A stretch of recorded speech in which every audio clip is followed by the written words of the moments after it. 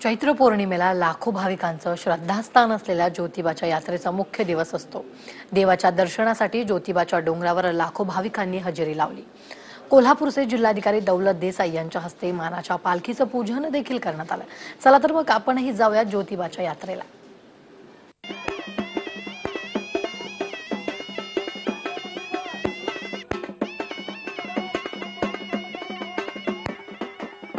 ज्योतिबाच्या नावानं चांग भलं, दख्खनचा राजा ज्योतिबा माझा असं म्हणत देशभरातले भाविक आज ज्योतिबाच्या डोंगरावरती उपस्थित राहिले। गुलाल खोबऱ्याची उधळण झाली। ढोल आणि हलगीच्या तालावर नाचवल्या जाणाऱ्या सासन काठ्या सगळ्यांचं लक्ष वेधून घेत होत्या।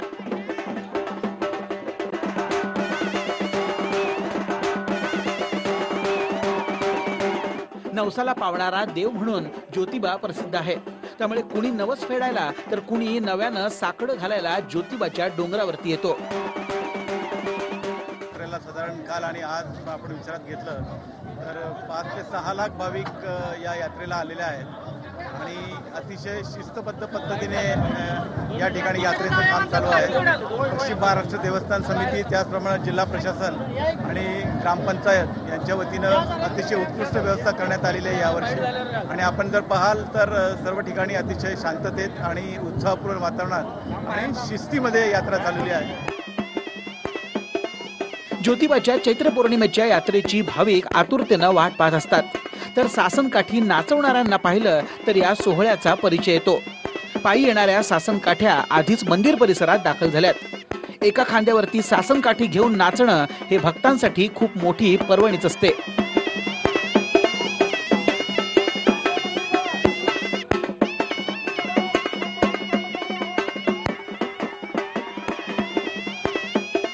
ज्योतिबाच्या 2 यात्रांपैकी आजची यात्रा मुख्य असते। दरवर्षी ज्योतिबाची पूजा वेगवेगळ्या रूपात मांडली जाते।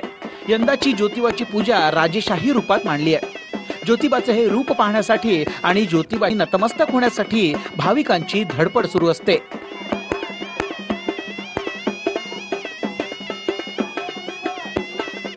ज्योतिबा मंदिराच्या उत्तर दिशेला श्री यमाई देवीचं मंदिर आहे। या यमाईच्या मंदिरामध्ये सायंकाळी 5:30 वाजता पालखी सोहळा जातो। त्यावेळेला श्री यमाई देवीचा आणि जमदग्नी ऋषींचं विवाह सोहळा संपन्न होतो आणि या विवाह सोहळ्याचा औचित्य साधून श्री ज्योतिबाची पालखी सोहळा त्या लग्न सोहळ्यास भाविकांसह लवाजमा लग्न सोहळ्यास निघतो। या दिवसाचा औचित्य साधून या दिवशी यात्रा भरते आणि भाविक आपल्या भक्तिभावाने ज्योतिबाच्या दर्शनासाठी येतात। कोल्हापूर जिल्ह्यातील उन्हाचा पारा वाढलाय। उन्हाच्या तडाख्यानं पाय पोळतात, पण त्याची कोणतीही तमा न बाळगता भाविक डोंगरावरती पोहोचतात।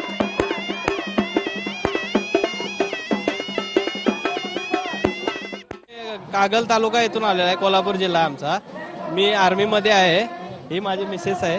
आम्ही खूप वर्षापासून आम्ही येतोय। आमचे म्हणजे आमचा कुलदैवत आहे स्वामी, आणि जे आमची जी इच्छा असेल ती सर्व इच्छा आमची पूर्ण होते इथे आल्यानंतर, नवसाला पावतो।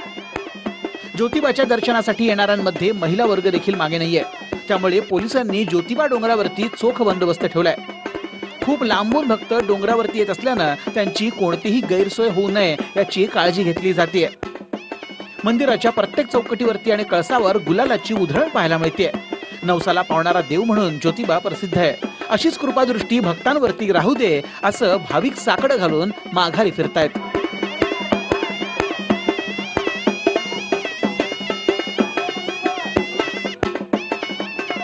ज्योतिबाच्या नावाने चांग भलं करत लाखो भाविक ज्योतिबाच्या डोंगरावरती या ठिकाणी दाखल झाले आणि देवाचं दर्शन आहे ते घेतलेलं आहे।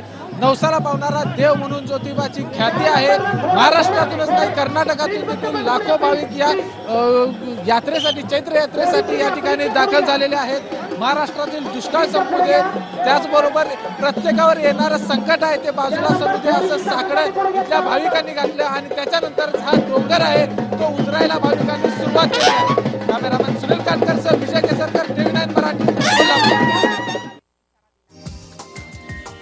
हा व्हिडिओ तुम्हाला आवडला असेल तर असे आणखी व्हिडिओ पाहण्यासाठी TV9चं YouTube चॅनल सबस्क्राइब करा, बेल बटन दाबा।